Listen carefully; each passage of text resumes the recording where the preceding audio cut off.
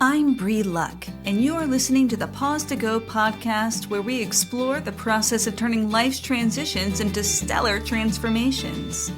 You can expect interviews with experts, straight talk with remarkable humans, and conversations about making the most of every phase of life. Because when we approach life's stickiest spots with curiosity, support, and a little bit of inspiration, anything is possible. So whether you're on your way to work or settling in with your favorite beverage, together we can pause to go. As a solopreneur, I really like the flexibility to work from pretty much anywhere, so I'm happy to head down to Code-Based Co-working, where I can enjoy the company of others while I tackle my to-do list. Also, they have a state-of-the-art, consumer-friendly podcasting studio that is frankly my home away from home.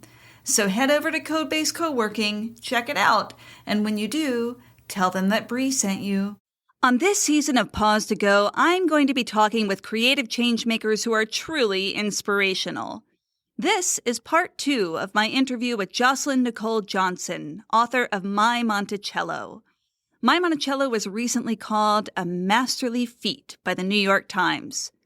Hey, if you haven't listened to part 1 yet, take a moment now to give it your ear, because we talk about how Jocelyn used real-life events to craft a beautiful and compelling collection of stories that examine race, climate change, love, and the very nature of humanity itself. In this episode of Pause to Go, we talk about Jocelyn's journey as a lifelong writer, her approach to working with agents and publishing houses, and what it's like for her to hand over her story as it begins its transformation to a movie for Netflix. Creatives, you're going to love this interview, so get out your notepad because you're going to want to take notes for this one. And here is part 2 of the interview with Jocelyn Nicole Johnson. There's a ton of people who want good and want things to be good, and just remembering to speak and assert that and put that at the front of our minds, even when we're talking about things like school districting and how schools are funded, those small things around us where it's really easy to start to be in your own fiefdom and making sure you get yours and your children get yours. I mean, I think when we move, the whole title of the book is My Monticello, and, you know, this character in the novella kind of who is the descendant of Thomas Jefferson and Sally Hemings, and who is, you know, heir to Monticello both ways, by the person who conceived of it and designed it and had this wonderful mind and imagination, Thomas Jefferson, and also by the Hemings family, who literally were among the craftspeople who, you know, built some of the finest parts of it, and whose labor, along with other enslaved families, created the wealth to even have that house be there, and dug the well on the hill and did all this incredible labor. And if not her, then who, right? So there's this way it's centering her, but then the answer in the novella is ours. It's not my Monticello, it's ours. And how big is that ours? Like, how do we create that space of ours? Whew. There's also a line in the novella, and I think I have it right, is why do we love what we love? Jocelyn, that sticks with me, and it has stuck with me in ways that I didn't expect. First of all, it was just like a sucker punch when I read that, right? It's a total sucker punch. But what it's also done is it makes me curious about the assumptions that I make about what I value and what is good on all levels. And I think that that kind of gets to a bit of what you're saying from a different perspective, right? Just like all of your stories, they come from different perspectives. That really hit me, because I thought about how many things that I value or hold to be true, or think that I love or do love, and where is the line between what I've learned, like what I think I'm supposed to love, and something that is truly irrefutable and mine to love. And just that shift in thought has been transformative, even if it's, you know, I don't think about it all the time. I think about it a lot. Like, it's near the holidays now, and we celebrate Christmas. So we put up a Christmas tree, and we're going through all the rituals of Christmas, and just thinking about, like, why do I love this. What of these rituals are actually true and what are conditioned responses? Or what do I think I'm supposed to do? And that conveys to how I respond to people, right, in every day, and what I'm taking in, what television shows I'm watching, what I'm consuming. So I'm just reflecting that back to you because I think it's interesting which little pieces really like work their way into your cellular makeup, right? And really shift who you are. So I wanted to reflect that. Yeah. So Netflix picked this up. It's going to be a movie. That's huge. I know. My teenager was like, "You wrote a book, cool." And then he's like, "Netflix is making a movie? Oh, okay." It's funny. That's why do we love what we love?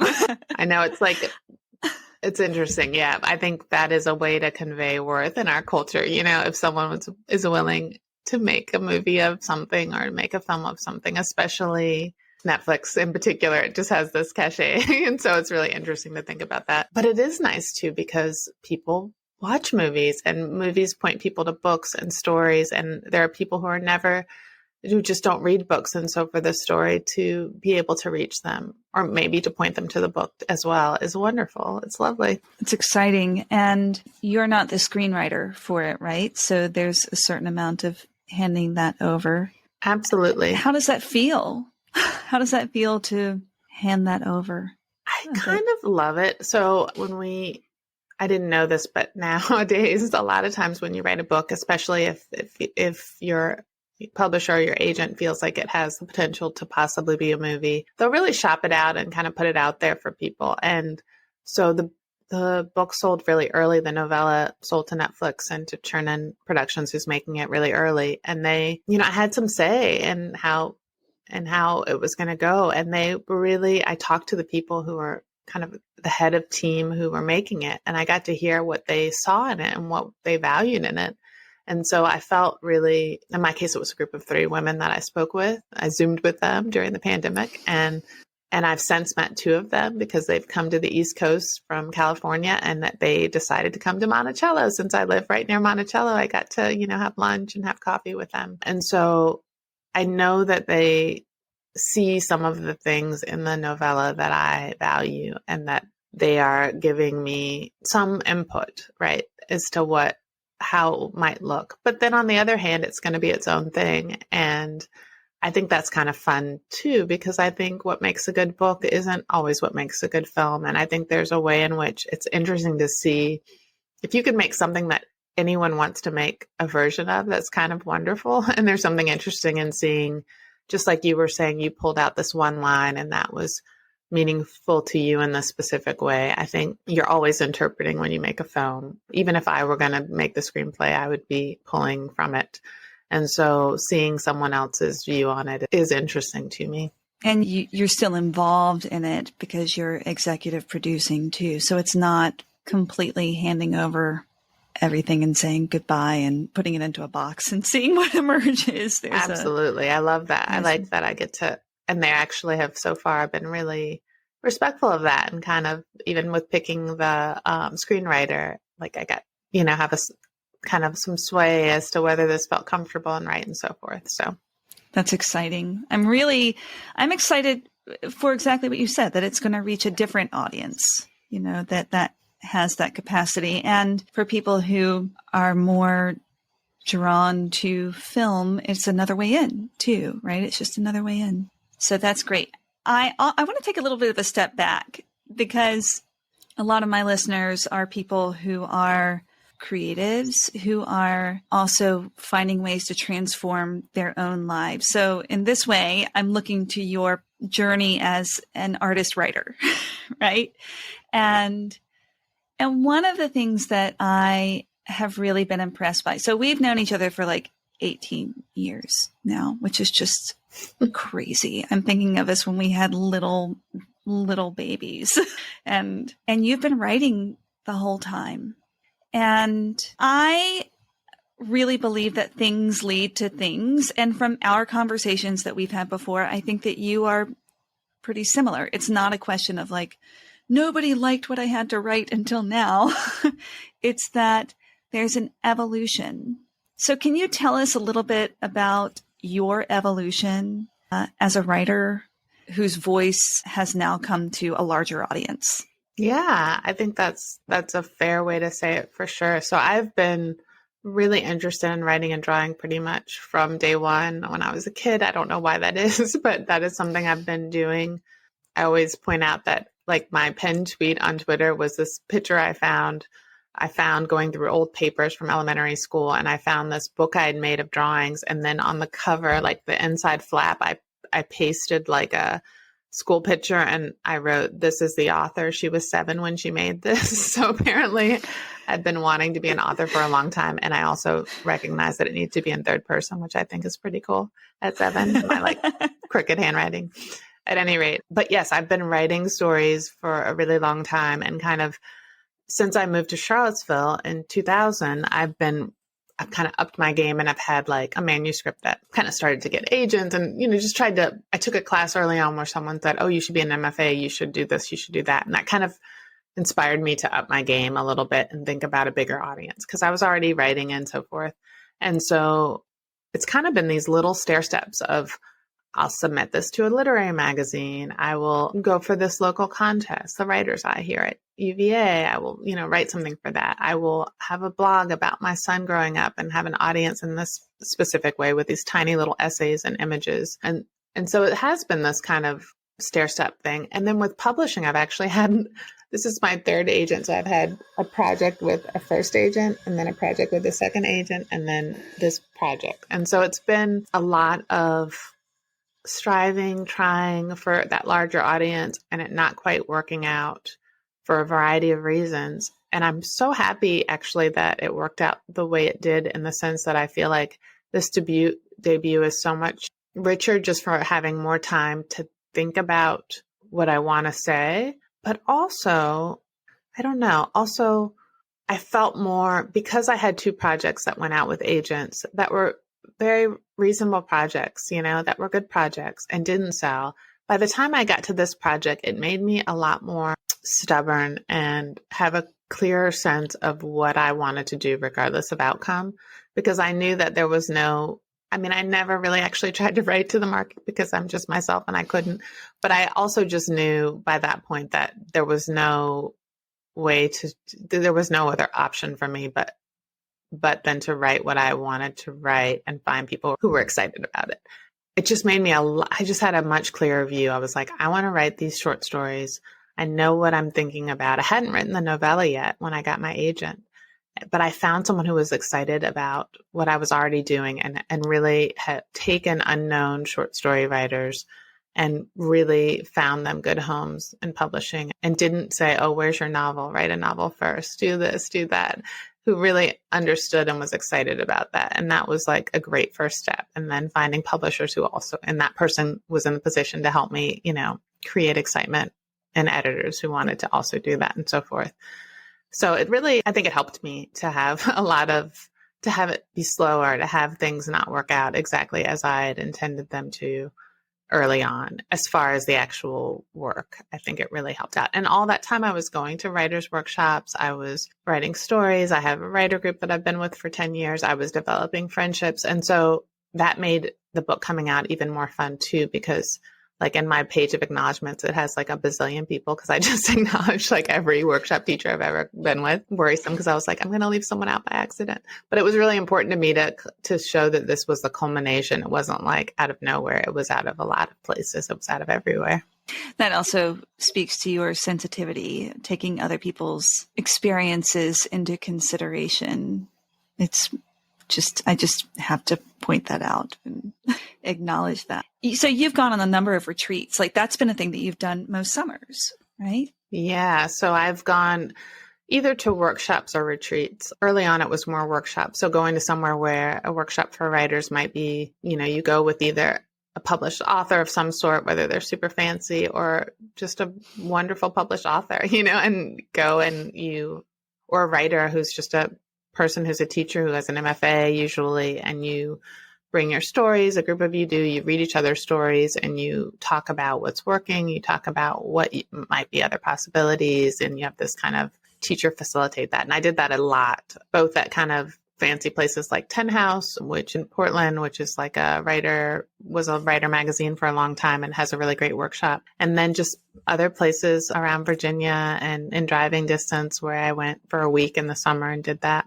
And then also retreats, which are great, like Virginia Center of the Creative Arts, where writers, visual artists, and composers go for, 1 to 8 weeks and live there and have a studio and just work and really don't have instruction, but just have time. When you did one of your first readings for New Dominion Bookshop, which is a local independent bookstore in Virginia, in Charlottesville, and I just want to say, support your local independent bookstore. They are the heart of communities. I happened to be sitting in a group of your writing group participants, like people who have been in writing group with you. It was so much fun to sit with them and to feel their feeling of being included in this success. Really exciting. And as that was happening, as I was watching them celebrating you, taking that in, I was also thinking about the gift of a writing group is feedback and sharing. But I also thought, how do you keep it straight? Like, how do you stay in alignment? Because it seems like it might be easy to veer off into other people's opinions. Was there ever a time that you felt like you might have gone out of alignment? And how do you pull it back?